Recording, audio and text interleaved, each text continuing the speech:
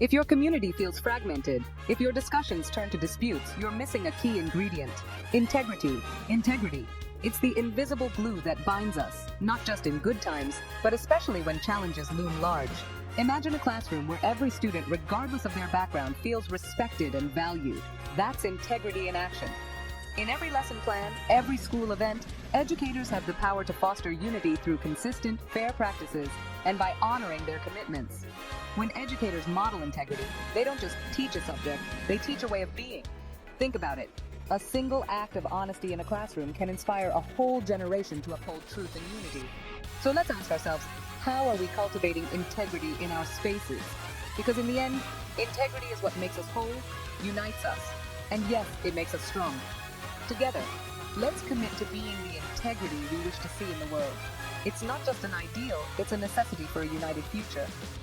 Am I the only one that didn't know why some people absolutely loathe red roses? Imagine this. You're walking through a gorgeous garden, flowers blooming all around. But there in the corner stands a cluster of red roses, and someone's making a face like they've just seen a ghost. It might sound bizarre, but some folks have an extreme dislike for these iconic flowers. And no, it's not about allergies. So, what's the beef with the blooms? For starters, red roses are often seen as cliché. They're the go-to Valentine's Day gift and can feel overused or unoriginal. Then there's the pressure.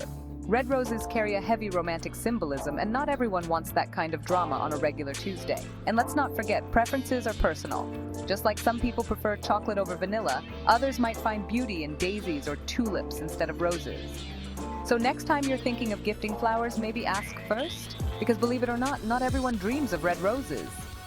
What happens when your tranquility is shattered by a surge of indomitable fury? Imagine a sea, usually calm and serene, suddenly whipped into furious waves by an unstoppable storm. This is the landscape of human anger. Anger, or as it grips tighter, fury, is not just an emotion, it's a powerful force that commands both awe and caution. It can fuel revolutions, topple tyrants, but left unchecked, it can also destroy the most steadfast bridges we've built, those of trust and understanding. Yet, in this whirlwind of wrath, there lies a subtle message, a whisper asking us to seek understanding over vengeance, to find our calm after the storm. So next time fury finds you, remember it's not just about the fire it ignites, but also the ashes from which we can rise, enlightened and reshaped. Let the fury flow, but never let it overflow. What does it truly mean to be content in life? Let's uncover the simple truths behind real satisfaction. Contentment isn't about having everything, but finding joy in what you have. It begins with gratitude. Each day, take a moment to count your blessings, not your burdens. Next, learn to live in the present. The past is a place of reference, not residence. And the future? Well, it's unwritten. Focus on now, because this moment is your life. Also, simplify your life. A cluttered space reflects a cluttered mind.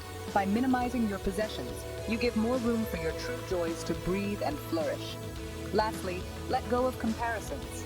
Social media only shows the highlight reels of life, not the everyday struggles. Run your own race, because contentment blooms when we water our own gardens, not when we look over the fence. Remember, being content is a journey, not just a destination. It's the art of being at peace internally, despite what's happening externally. If you love shopping but hate missing out on deals, then this quick guide is your new best friend. Eligible. It's a word that can open doors to savings, exclusive offers, and yes, even those long queues at your favorite stores. But what does it really mean to be eligible?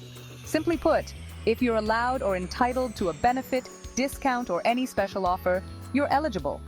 Like when stores say, eligible customers get an extra 20% off. That means if you meet the criteria, that extra saving is all yours. So how do you make sure you're always eligible? First, sign up for newsletters and loyalty programs. They often spill the beans on who gets what. Second, always check the terms and conditions. The golden rules of eligibility are hidden right there. And lastly, don't be shy to ask in-store about promotions. Being in the know? That's your ticket to becoming eligible with a capital E. So get out there and claim what you're entitled to. Your wallet will thank you.